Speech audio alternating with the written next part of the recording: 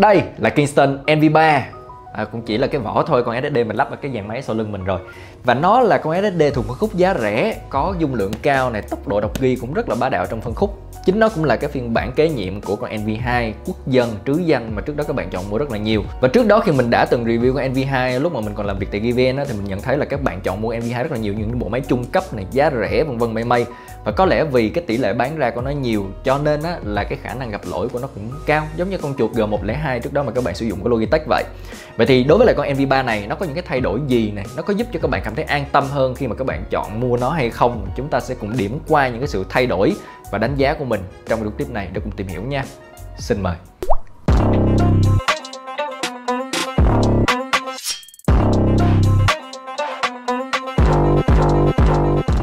Đầu tiên để bàn về ngoại quan của cái SSD NV3 trước đã, là nó gần như không có thay đổi gì so với con NV2. Kể cả cách đóng gói thì họ cũng chỉ thay đổi cái tên gọi của NV2 thành NV3 thôi.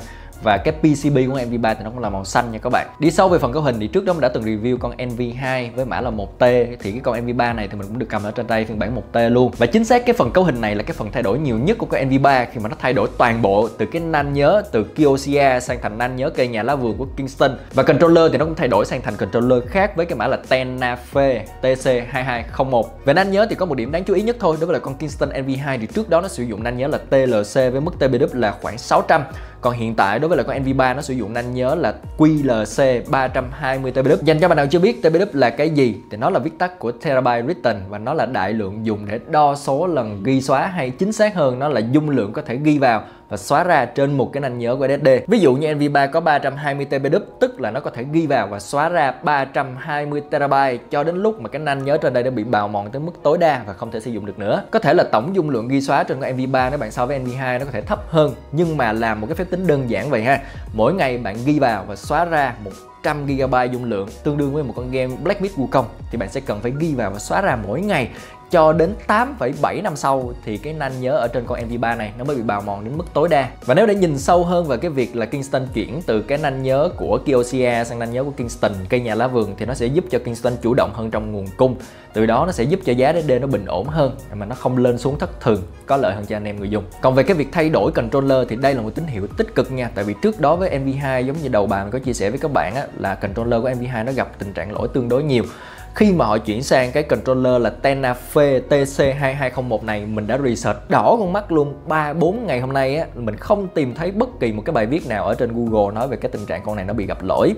Và ở trong chính cái bài review về một cái SSD cũng sử dụng cái controller này của bên Tech Power Up về một cái con SSD với mã là Neo Forza, thì họ cũng không gặp bất kỳ một cái tình trạng crash hay là đâm lỗi gì liên quan tới con SSD này. Và để nhận định chỗ này thì mình thấy là Kingston thay đổi controller đây là một nước đi đúng đắn, khi mà cái con cũ nó đã gặp vấn đề liên quan tới controller. Thay đổi controller thì người dùng sẽ cảm thấy an tâm hơn. Chỗ này cộng một legit trước đi ha. Còn về độ bền của SSD này thì hiện tại chưa có khẳng định được điều gì nha, nhưng mà mình đang lắp nó vào bên trong máy tính của mình, sử dụng nó như là cái ổ lưu trữ chính để copy suột này, và cũng như là dựng video clip và cũng như là lưu game ở trên đó luôn, để mình coi coi là 6 tháng sau khi mà mình có bào nó, mình copy vào và xóa ra liên tục các suột thì nó còn lại bao nhiêu % sức khỏe, cái tốc độ bào mòn nó làm sao, rồi nó có vấn đề gặp lỗi gì không, thì hẹn các bạn sau này thì mình sẽ đánh giá lại cho các bạn ha. Rồi đi tới phần thứ hai là cái phần rất là quan trọng của bất kỳ một cái thiết bị nào, đó là về cái phần hiệu năng. Dĩ nhiên đầu tiên là mình sẽ chấm benchmark với Crystal Disk Mark. Thì đối với lại cái con SSD Kingston NV3 nó sẽ có tốc độ đọc ghi tuần tự cao hơn nếu mà bạn so với lại NV1.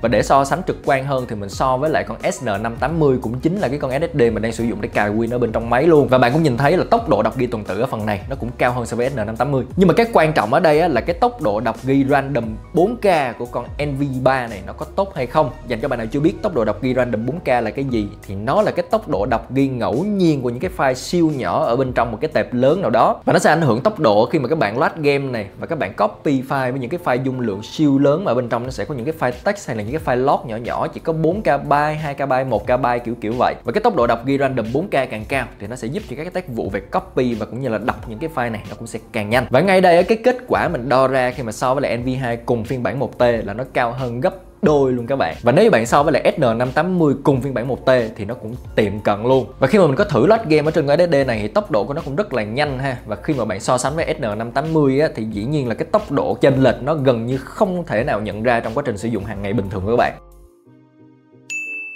Và ưu điểm thứ hai khi so với lại cái đời cũ đó là cái nhiệt độ của con NV3 này nó mát hơn so với con NV2 đáng kể. Khi mà cái nhiệt độ ít độ, tức là chưa có hoạt động gì cả, để bình thường á ở trong cái dàn máy của mình nó là 48 độ C, và khi mà mình có copy và cũng như là load nặng ở trên con NV3 thì nó chỉ maximum là 60 cho tới 61 độ C thôi. Còn trên con NV2 thì cái nhiệt độ khi mà load á, và cũng như là tải nặng thì nó sẽ loanh quanh khoảng tầm 66 cho tới 67 độ C. Và cái ưu điểm thứ ba là cage của con NV3 to hơn so với con NV2 rất là nhiều. Dành các bạn đã chưa biết về cage, cage là cái số dung lượng cao nhất mà một cái con SSD có thể cung cấp cho bạn để copy một cái file nào đó với tốc độ cao nhất trước khi đã giảm tới cái tốc độ thấp nhất. Rồi, nó ví dụ là cái bài test của mình luôn. Khi mà mình có copy 300GB từ con SN580 chuyển sang con NV3 thì tốc độ cao nhất của SSD NV3 đạt được là 2500 MB trên giây. Và sau khi mình copy được 180GB thì tốc độ copy của con NV3 nó giảm về 100 MB trên giây. Vậy tức là cage của con NV3 là 180GB. Đó là cái ý nghĩa của cage đó các bạn. Và so sánh với lại NV2 trước đó mình đã từng test cùng phiên bản 1T thì cage của con NV2 nó chỉ là 88GB thôi. Và sau 88GB copy đó thì con NV2 nó sẽ giảm tốc độ về 300 cho tới 400 MB trên giây. Mặc dù bạn thấy là cái tốc độ copy sau khi hết cage của NV3 là thấp hơn so với con NV2, nhưng mà đổi lại chúng ta sẽ có được cái cage to hơn. Từ đó nó sẽ giúp cho cái tốc độ của bạn nó sẽ ổn định hơn khi các bạn copy những cái file lớn. Đặc biệt là cái thời điểm hiện tại là những cái tựa game hay là những cái phần mềm nó càng ngày càng nặng. Sẽ có những cái tựa game sau này các bạn thấy nó hơn 100GB rất là nhiều. Và mình tin chắc với các bạn luôn, những cái tựa game sau này kiểu như được GTA 6 nó sẽ hơn 100GB thôi. Có khi nào nó lên luôn cả 200GB ấy. Rút lại, đối với NV3 nó là cái phiên bản nâng cấp toàn diện hơn của cái NV2 về cái mặt hiệu năng. Và nếu các bạn so sánh nó với những cái mẫu SSD khác trong cùng tầm giá này thì nó cũng có cái hiệu năng tương xứng với giá tiền. Tuy nhiên vẫn còn đó hai cái yếu tố mà mình nghĩ là các bạn sẽ trùng chân khi chọn mua mẫu SSD này. Một đó là nó chuyển từ nan nhớ TLC xuống nan nhớ QLC. Hai là mẫu SSD này nó là DRAM-less. Tuy nhiên giống như giờ mình có phân tích với các bạn điều kiện sử dụng thực tế của mình copy thì mình không hiểu lý do tại sao nha. Là cái cage của con NV3 của mình là rất to, là lên tới 180GB lận. Còn cái thứ hai là nếu như các bạn bị ám ảnh bởi TPDUP thì bạn hoàn toàn có thể chọn một cái phương án đó là nâng lên một cái dung lượng cao hơn của con NV3 này. Ở cái mức 2T thì nó vẫn đạt được 600 TPDUP. Hoặc là các bạn có thể đầu tư lên con KC3000 cũng của chính nhà Kingston với cái nan nhớ xịn hơn và cũng có DRAM luôn. Tuy nhiên là mình thấy con NV3 này nó sẽ phù hợp với những bạn nào mà là người dùng cơ bản và các bạn sử dụng cho những cái bộ máy trung cấp và giá rẻ. Các bạn ưu tiên là cài Win và cũng như là lưu trữ dữ liệu cố định lên trên đây, mà các bạn không có quá nhiều những cái nhu cầu về copy dữ liệu, xóa đi vân vân và mây. Và hơn hết là bạn cũng cần một cái hãng có cái giá trị thương hiệu cũng cao, thì đây cũng là một cái mẫu SSD rất là đáng để cho bạn cân nhắc trong cái phân khúc này.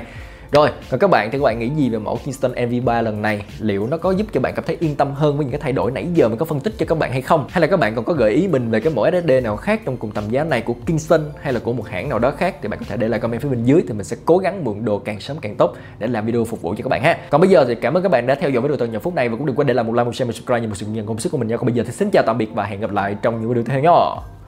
Peace. Rap ghê chưa?